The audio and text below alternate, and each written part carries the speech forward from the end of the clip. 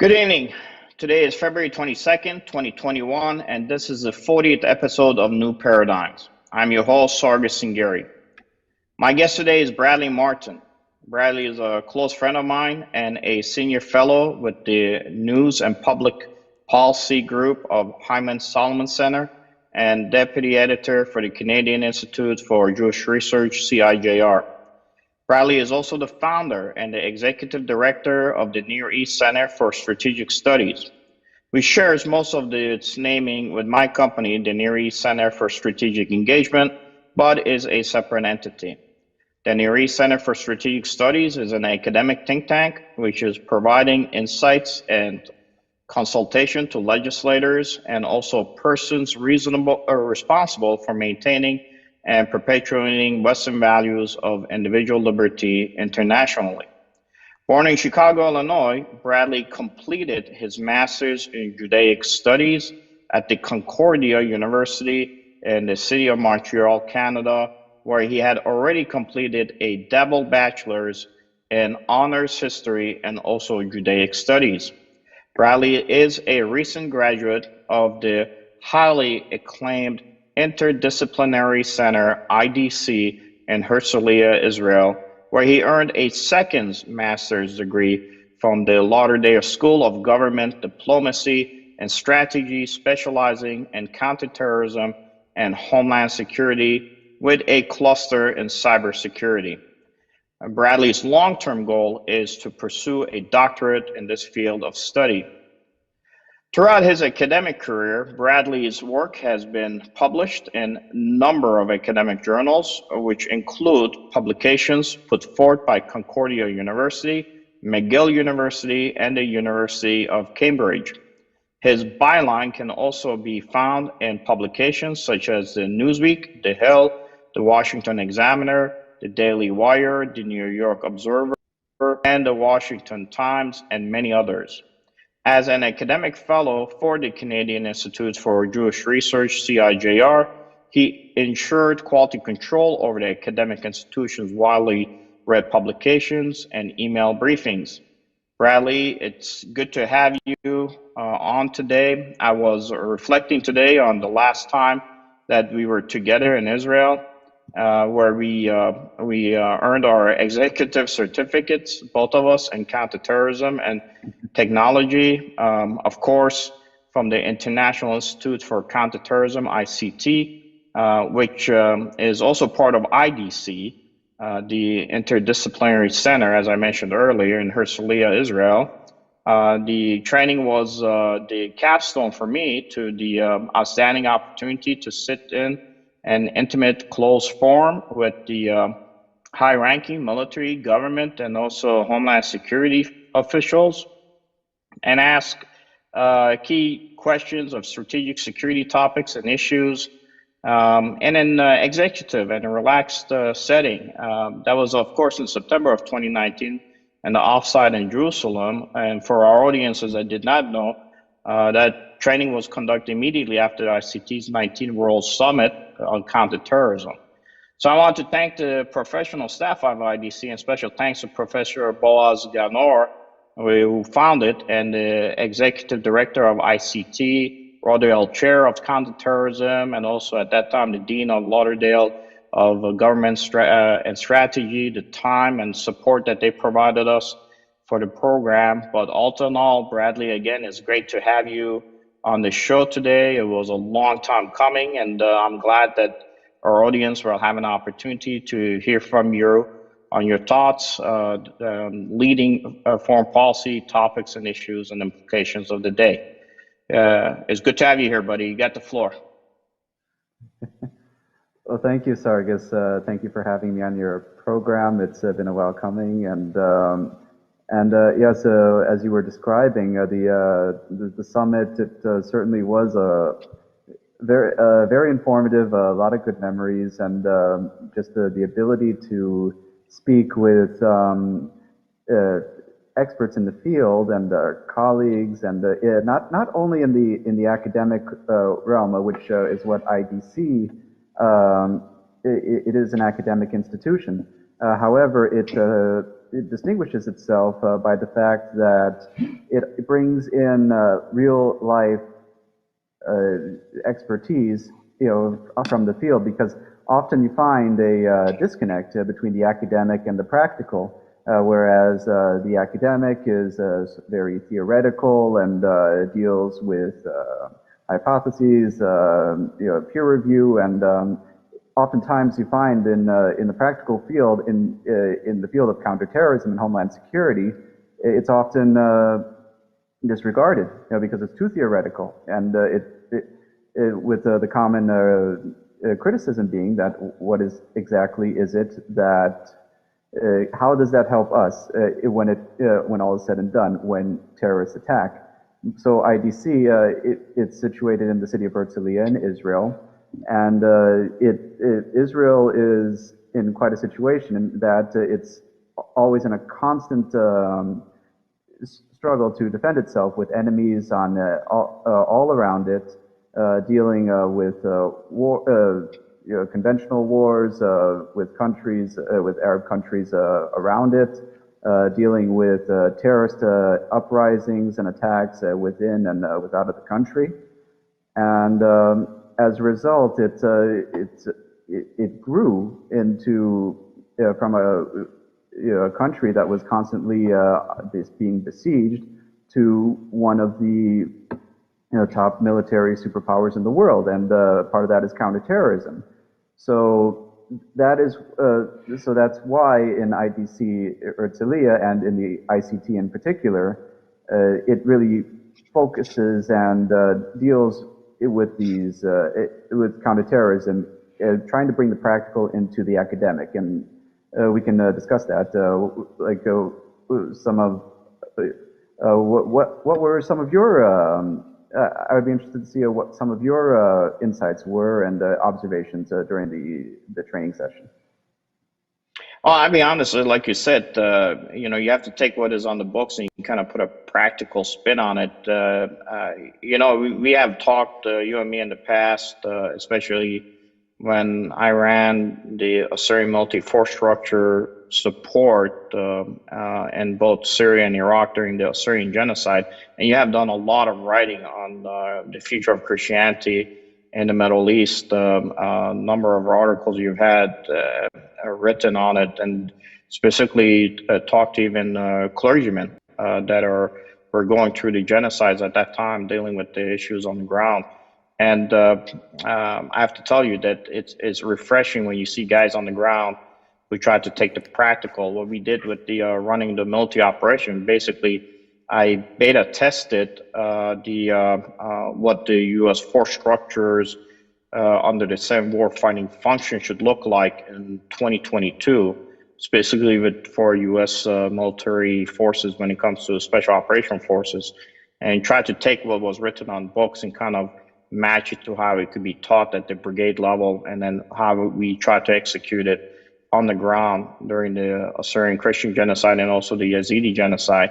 But I know that these are the articles that you had written in the American Spectator, and I have to tell you, the yeoman's work when you set up the conference that we had, looking into why the world was reacting the way they were when it came to the Christian genocides.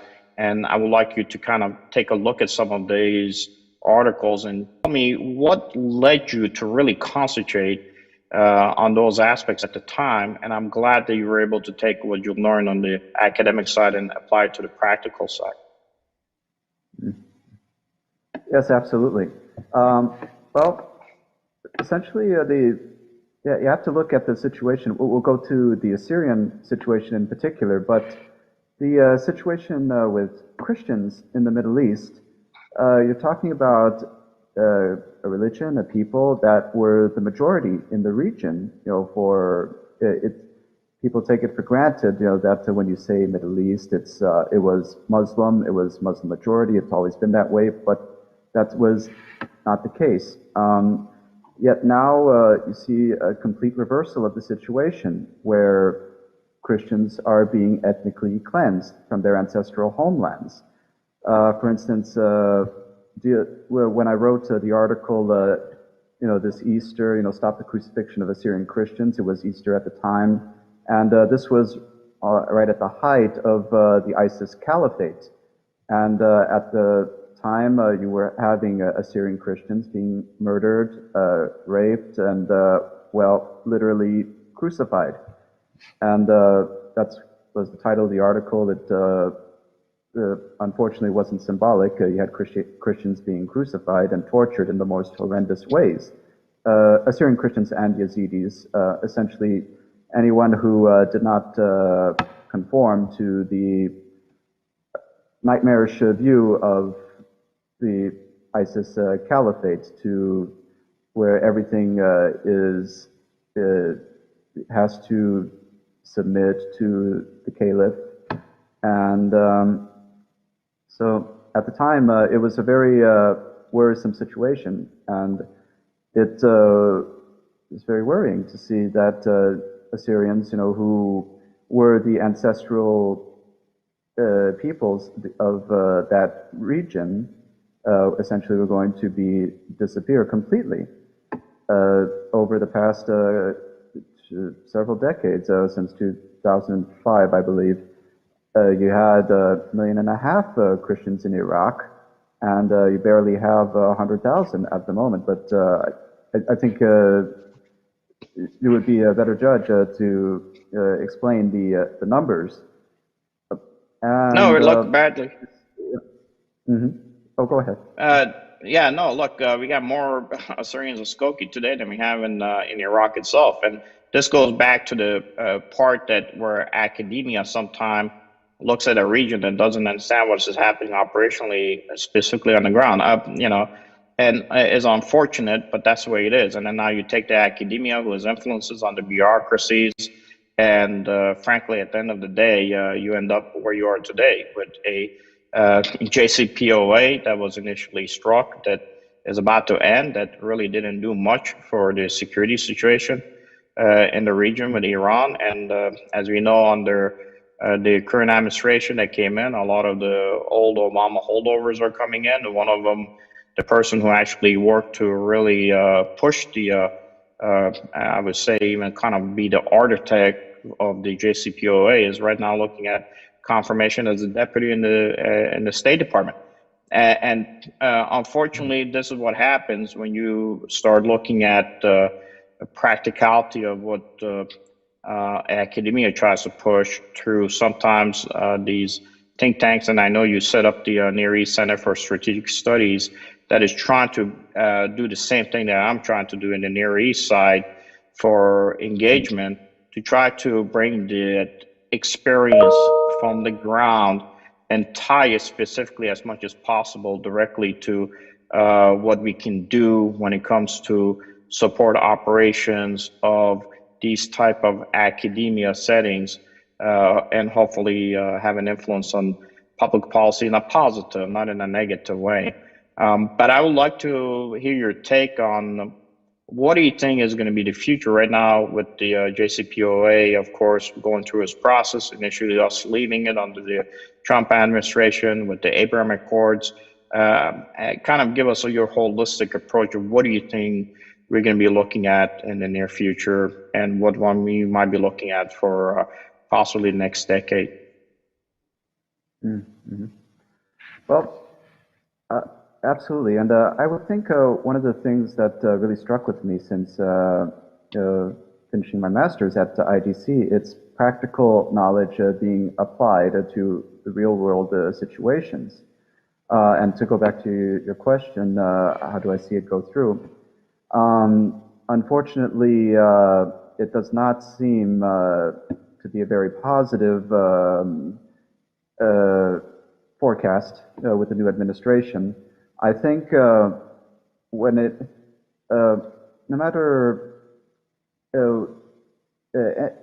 as history is going to be written with the prior administration, the Trump administration, many things will be said.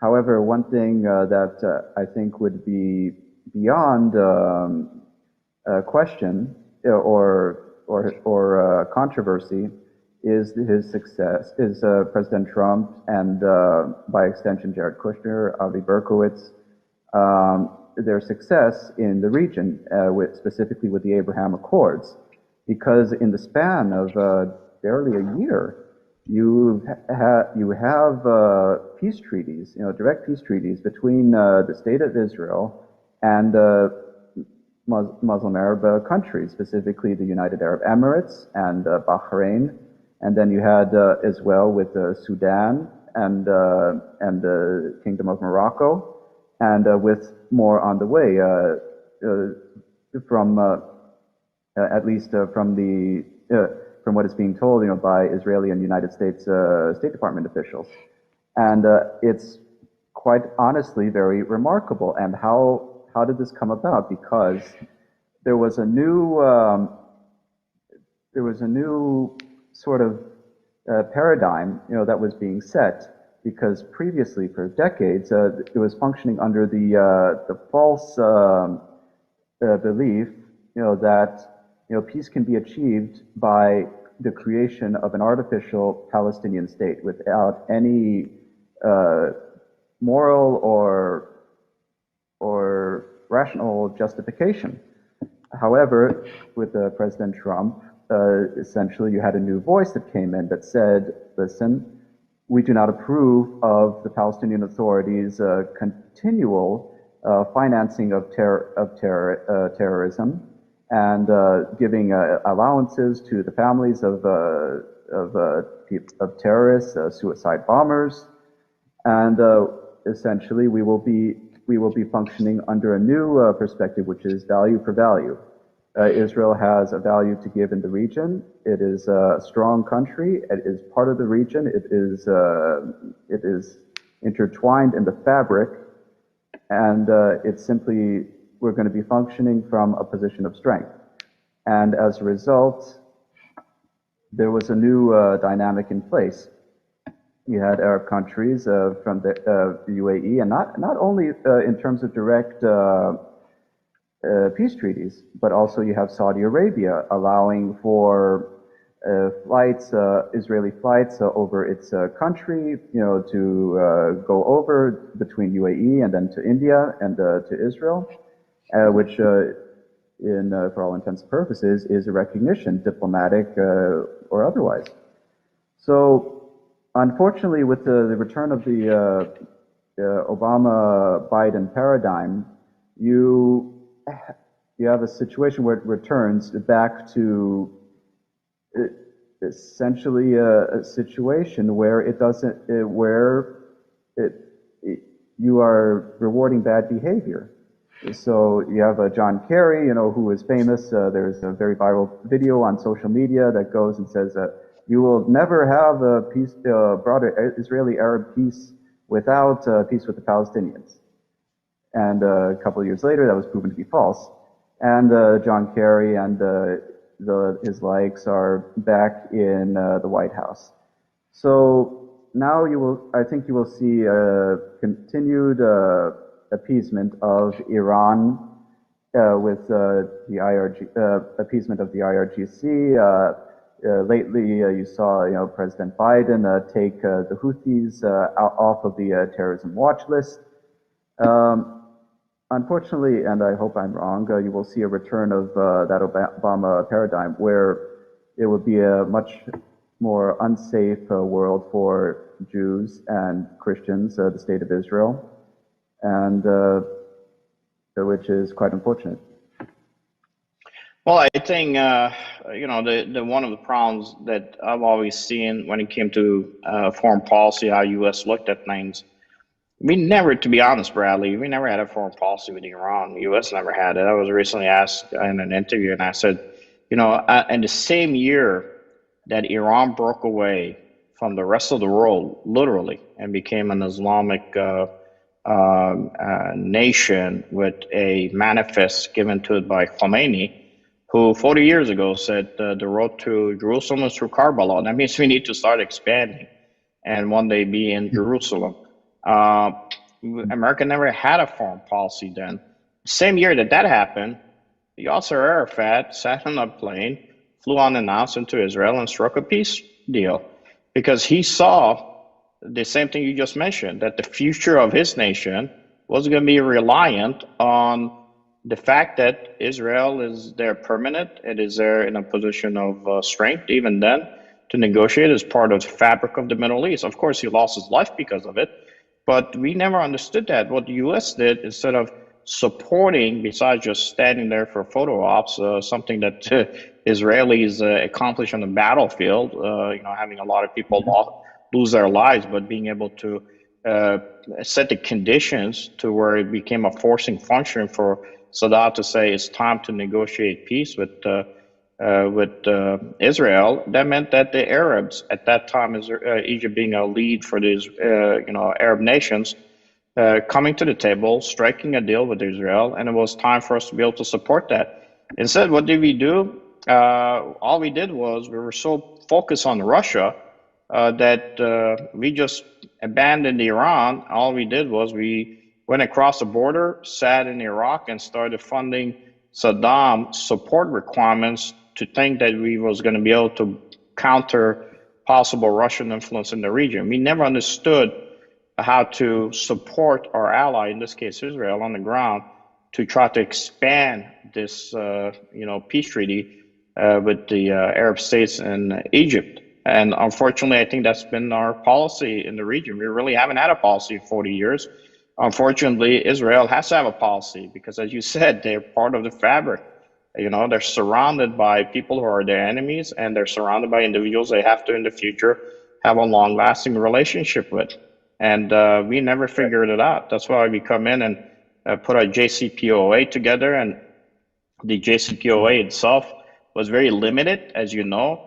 From the Israeli standpoint, it only looked at nothing more than the nuclear piece. It didn't even look at the ballistic capabilities where you could have been bringing into the negotiations, but the Iranians didn't want to bring that in because of other factors. We're not going to be able to get into the details here in this discussion, but I'm hoping that we are going to be in a position where we can have a long-term foreign policy for the region that even supports our ally Israel. But unfortunately, I don't know if the U.S., given the fact that every 2 years you change, Congress, and they're too busy running, fighting against each other politically here, that they'll ever be focused enough to really be able to support our allies on the ground, whoever they are, to be able to expand the peace within the region. Bradley, I gotta ask you a question. I know that Iran, Russia, and China, they're all part of the Shanghai Corporation Organization. China is very large and looming as GDP is expanding. I know there was some controversy even in Israel with the port of Haifa possibly being an export position for China, bringing oil out of Africa. But where do you see Israel being able to jockey along these, strategic elephants are fighting in the region, whether it be Russia is on the borders of Israel, China is on the borders of Israel, Mandarin Chinese being taught now in northern Iraq as a business language, U.S. really not having a oriented foreign policy for the region, enemies of Israel trying to destroy it on a daily basis, if not hourly.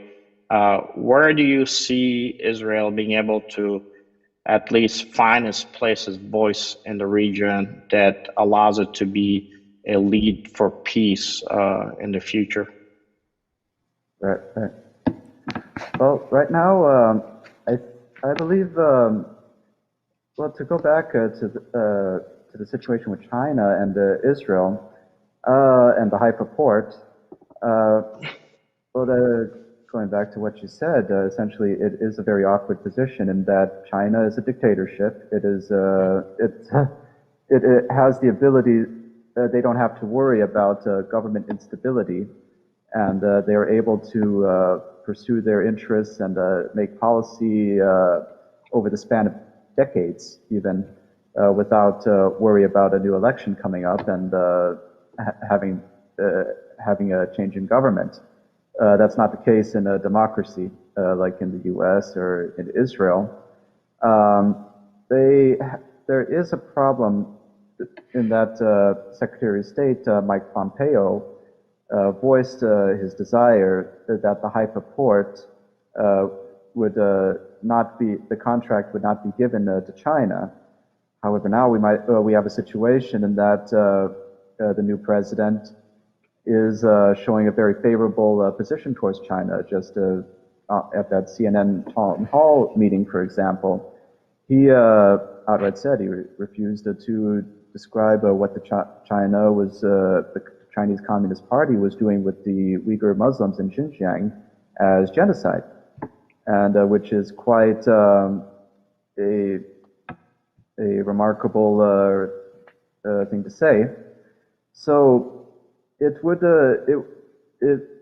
make things for Israel very awkward if they were to essentially give up control, essentially take China out of the Haifa port, while the U.S. is demonstrating such a favorable stance towards China. It's a very, nobody in Israel wants to have a favorable position with China. However, it still has to realize the awkward position it's being put under. I believe that Israel's future strength lies in the fact that it stands as a bulwark against Iranian aggression throughout the region.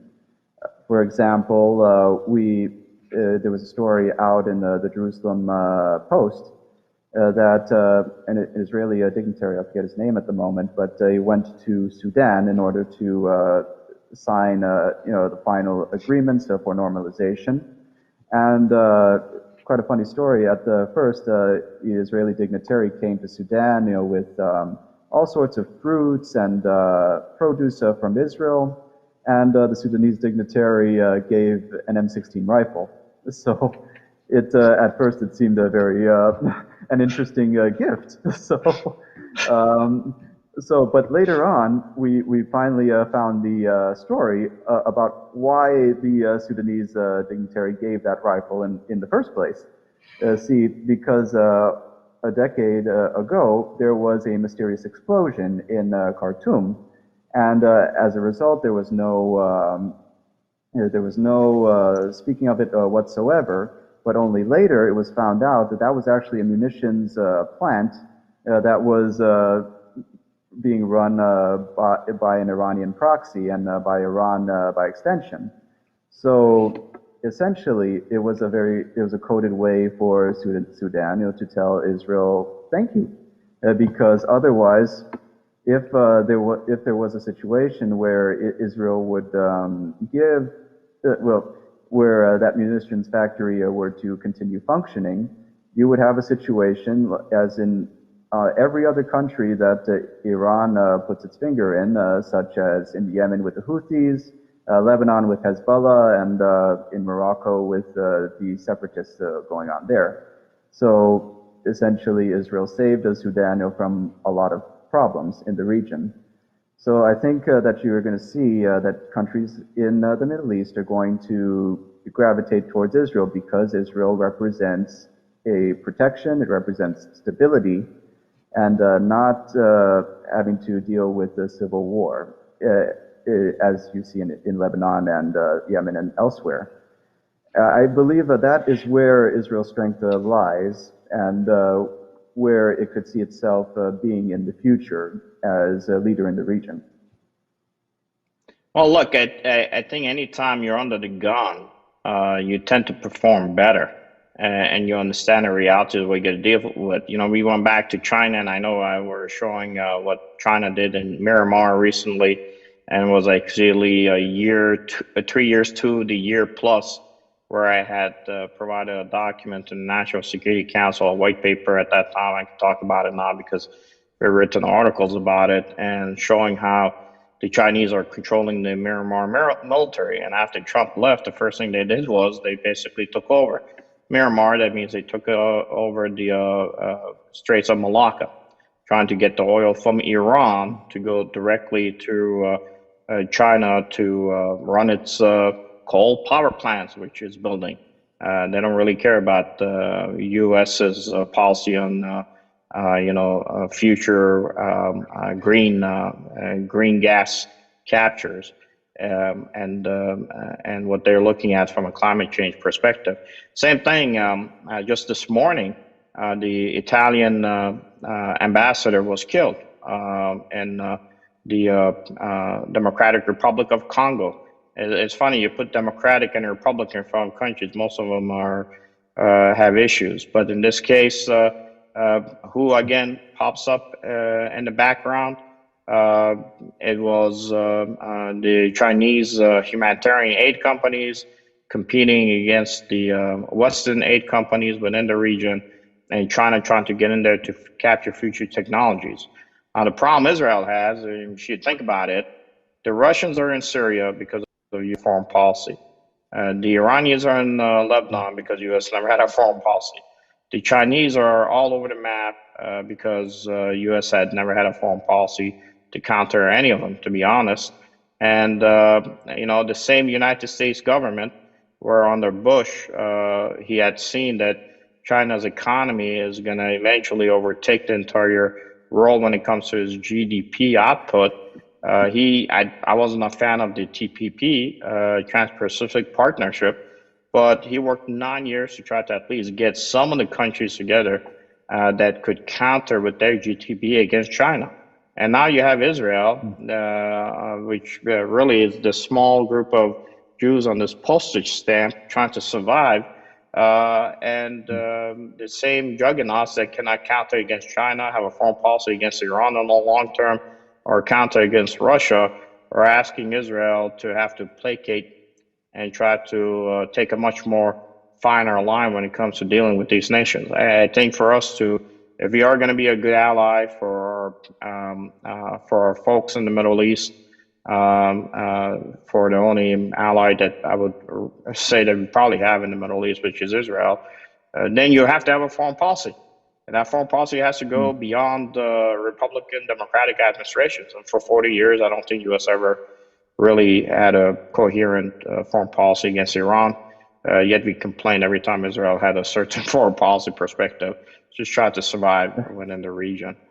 I don't know. Hopefully we can figure out the connections. Go ahead. No, you're exactly right. There is no coherent policy in the U.S. In the region. At the very least, I would suggest to the new administration not to throw your allies under the bus.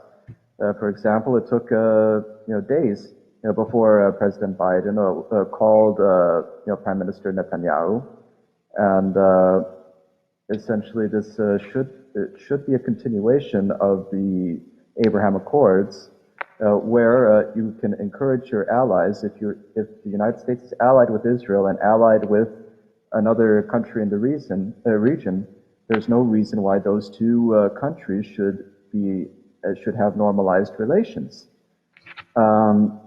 And there is a situation in Israel now with the upcoming election. It's very much up in the air. And for example, in a lot of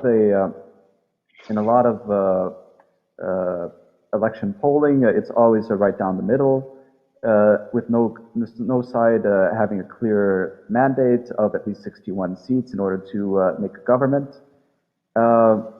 There's a lot of instability going around, and that's why now more than ever there needs to be stability and a push towards normalizations with countries, and not towards political dogmas that have been failures in the past, such as those espoused by John Kerry and former President Obama.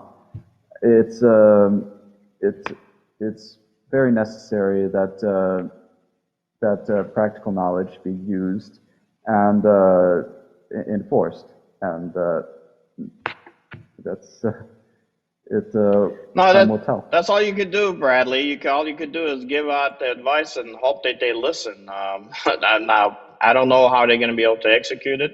It's going to be very difficult. I truly believe that the U.S. is a paper tiger within the region. If we haven't done our due diligence to work across broad spectrum of various different parties that come in, China is going to continue to expand in the region. technologies that are much more deadlier are going to expand. I mean, when I was in Iraq, just during the Mosul clearing operations, you had folks using simple drones that are cheap, putting 2 or 3 rounds in with a paper clip, taking timing mechanism and killing, the Iraqi special forces. That technology, the enemy just has to get through once, as I told folks. We have to be cognitive and aware to protect the people of our nations 24/7. I don't know. Hope is not a course of action we used to save in an army. Maybe we could take some of those practical capabilities and apply them. I think that Abraham Accords, even the current folks under the current administration like it. The JCPOA, unfortunately, I think is going to go through to bring Iran back to the table again. They're going to probably go 180 degrees on the sanctions, which were working. And as far as from a perspective of a person born in Iran, I will tell you that I don't have faith in any of the foreign influencers that think that they're going to go in and change the Iranian government. If it's going to happen, it's going to be inside. There's no opposition right now. If you give them the keys to the car, they'll probably drive it off the cliff and kill themselves in the process anyway. And let's see. Let's hope there's more success on the Abrams Accord. Bradley, I know we're short on time. I wanted to kind of get a simple glimpse of you. I know we're talking foreign policy today, but I know that a lot of the people from the Jewish faith have lived in socialist countries before, and I know their perspective is different on socialism and these issues. Why is there such a disconnect between Americans when it comes to what is happening in the country than others who have come from the countries that really are socialist in nature? What are you hearing from the folks from your age groups and from your generation? Are we going to be able to reverse some of this, or is it a lost cause, at least for a decade to come? Right. That's an excellent question. I think in terms of socialism, communism, the United States has been blessed in that it never had to have a regime that enforced the socialism and in its full power, as let's say Russia, or the USSR, the Eastern Bloc countries. People coming from those backgrounds can tell you what exactly socialism is, and it really inoculates people to the fact that it's a problem. In the United States, we unfortunately have a situation where the younger generation, it's very popular among college-aged people whose only exposure to socialism is books by Karl Marx and theoretical ideas that seem quite wonderful on paper, however, quite horrifying in reality. If you want to know what socialism entails, ask somebody who came from that background. A good person to start would be, Cuban Americans. Another person to start would be Russian Jews, who came one generation from that background. It's incumbent on all of us to essentially push that message, to say that socialism, these ideologues, whether it's from Bernie Sanders or others, they prey on what is our best nature, which is to help our fellow man, and which any decent person would not disagree with. We all want everybody to be healthy and happy, but that simply just can't happen under socialism. Essentially, it is very equal in everybody being miserable. So I would say that it's incumbent on all of us, and those who advocate for it, I would say that they should give a little bit more thought into it, because the consequences are quite horrifying if socialism were ever to come to this country in such a full-blown capacity as it has in other areas. Bradley, I truly agree with you, and hoping that the next generation is able to deal with it. I think folks like you who are from that generation, who've been on the ground, who've seen the practical side of issues, will be able to have some influence as far as the future generations are concerned. Bradley, I know we talked a lot of issues from Iran to the Syrian issues to Christianity to China. If people want to read more about you, where can they go to know more about you? Oh, thank you for that. If you wanted to learn more about my writings or interviews, I invite your listeners to come to my official Facebook page, which is at Byline Bradley Martin, all one word. That's at Byline Bradley Martin. And you're also invited to come to my Twitter page, which is at By Bradley Martin, one word. And I want to thank you very much for having me on the program. It was a lot of fun, and it was great to touch base with you. It's been too long. No, it's been too long, and hopefully with everybody getting their shots and finally the COVID issue being somewhat removed, we'll get a chance to see each other again. But I have to tell you, we're going to bring you back again. I know that the Israeli elections are just around the corner on 23 March is the next election. Let's hope that there's a clear winner this time. And again, we'll have you back again for more discussions on foreign policy issues. And thank you for coming. And God bless, Bradley. You've done a yeoman's job in Israel and United States with young men like you is in good hands. So it gives me some comfort from my senior perspective, I would say. Thank you, Sargis. I really appreciate it. And same to you for a future Assyrian country. That should be sooner rather than later. From your mouth to God's ears. Why not? We have the synod coming up in middle of April to late May. For those who don't know what that is, we Assyrian Church of the East is going to be choosing a new patriarch because Patriarch Markivagus is very sick, unfortunately. And who knows? Maybe you interviewing Marava, has been a godsend in this process. We'll see how it goes. With that said, Bradley, it's great to have you here. Please pass on my regards to your family and dad. And with all that said, folks, this is New Paradigms, and we will see you next week.